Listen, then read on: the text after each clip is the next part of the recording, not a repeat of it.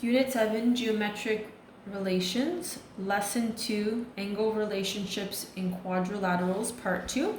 So we've taken a look at the different rules for quadrilaterals. So now what we'll do is we will try some examples. So it says number 1A, find the missing angle. So the missing angles means which letter are we looking for.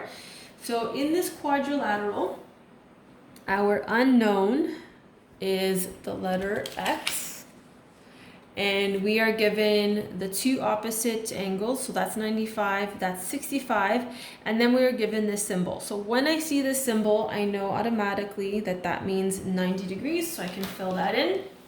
And in a quadrilateral, when we are given the interior angles, we know that the interior angles, when added up together, should equal 360 degrees.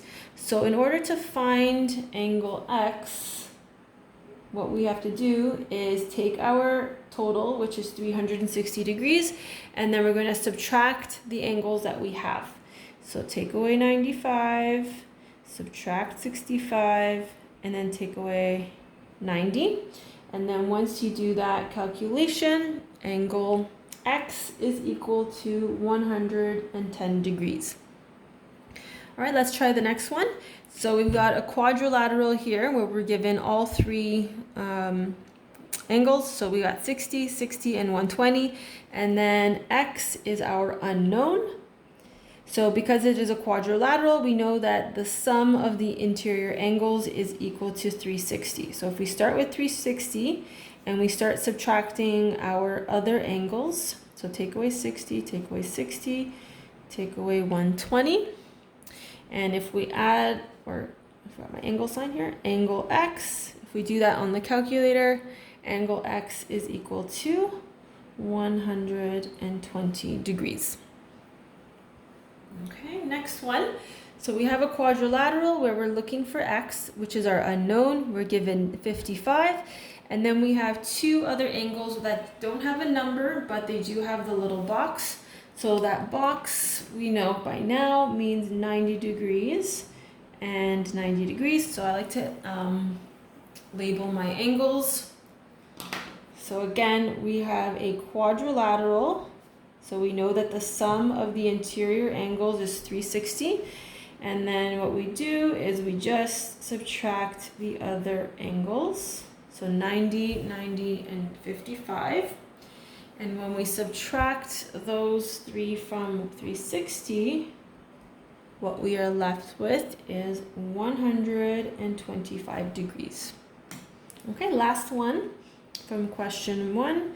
So again, angle X is our interior angle that we don't know. We've got the other three, so we take the sum, which is 360, and we subtract all three numbers. So take away 88, take away 76, take away 110. So if you do that on your calculator, you are left with 86 degrees. Okay, so in the next set of examples, we're going to be looking at exterior angles. So again, I'll do the first one slowly, and then I'll speed up for B and C. So X is my unknown, but I'm given the exterior angles for the other three angles.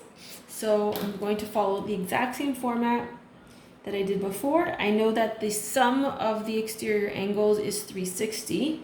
So in order to get angle X, what I have to do is subtract the other three that I'm given. So 33, take away 116, take away 65. Angle X is equal to 146. Okay, this time we're looking for K, so that doesn't matter what letter they use, it's still the same format. So 360, take away 120, take away 40, and it doesn't matter what order you subtract them in, it'll still give you the same answer. So once you do that on your calculator, angle K is 65 degrees. Okay, last one. So again, we're looking at exterior angles. So angle G is equal to the sum, or the total of the exterior angles, which is 360, and then we just start subtracting what we have. So take away 74, take away 88, take away 105. So angle G is equal to 93 degrees. Okay, so that concludes lesson 2. Please try the accompanying worksheet so that you have some additional practice.